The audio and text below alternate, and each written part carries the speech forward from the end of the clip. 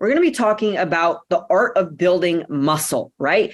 Oftentimes people come to you and they want to get toned or lose body fat, right? But in order to get toned, you're going to have to go through a phase of building muscle. So Jason is going to talk to us a little bit about some of the fundamentals of mastering building phases. So Jason, talk to us a little bit about when you have a client coming to you and they're, what the goal is, Jason, I'm just trying to get toned. What would you do when it comes to setting the starting program? And we'll talk more for like a Gen Pop client. And then if there's similarities with athletes, to start a building phase for that? Or when do they need to go into a fat loss phase or a building phase?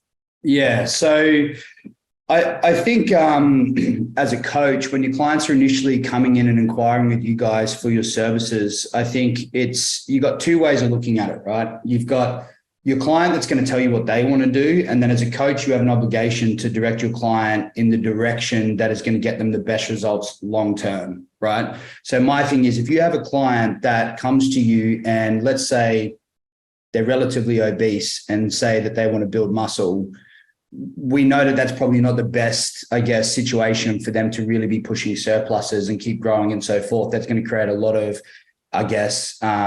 unhealthy components of their, phases and so forth. So initially, for me as a coach, it's like you need to be educating your client in why you're choosing these certain pathways for them to go down.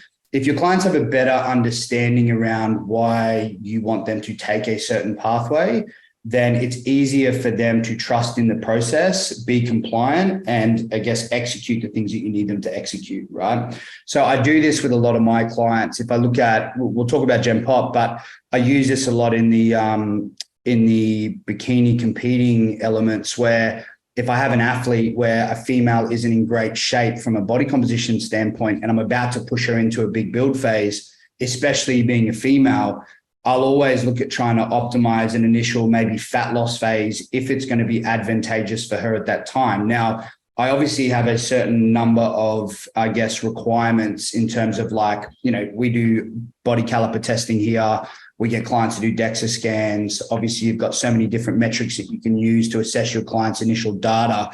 For me, if my clients are over a certain body fat percentage or they're over a certain body fat in terms of kilos, then I will generally prioritize a fat loss phase at that initial phase if that's what they need, right?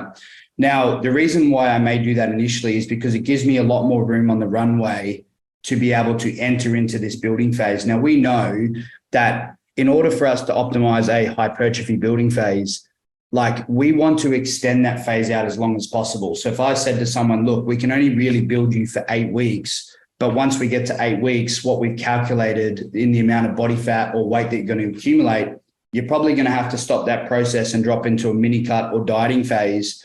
Then that's not really going to be favorable to our long-term progression. So when I'm looking at an initial client I might go, let's initiate a first phase, fat loss phase, where we might do like an 8-week kind of cutting phase to kind of strip off some excess body fat that they may not necessarily need. And then what that might allow me to do is then get 16 or 20 weeks of building without any disruptions from that aspect. Does that make sense? So those are the things that I'm looking at with my clients initially. For Gen Pop, especially in hypertrophy phases, the first initial couple of phases, like initial 12 weeks with clients as a Gen Pop, they're not really going to build a ton of muscle anyway. So we know that their initial phases, let's say their first 2 or 3 training phases, a lot of that is just going to be about skill acquisition. So it's like, how are they moving these weights?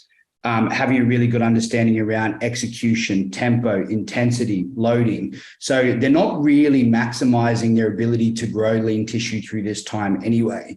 We obviously do have the concept of newbie gains when someone enters into a training realm that if they haven't trained previously before, that they have the ability to accumulate, faster initial gains than someone that is well trained. And although that in some cases may be true, in my experience, the most clients generally will obtain those once they've gone through that initial phase. In the first phases, they're also accumulating work capacity, so their ability to execute good amount of volume, good amount of load as well. And I think that these are the components that are going to make the most amount of changes in those first initial phases anyway.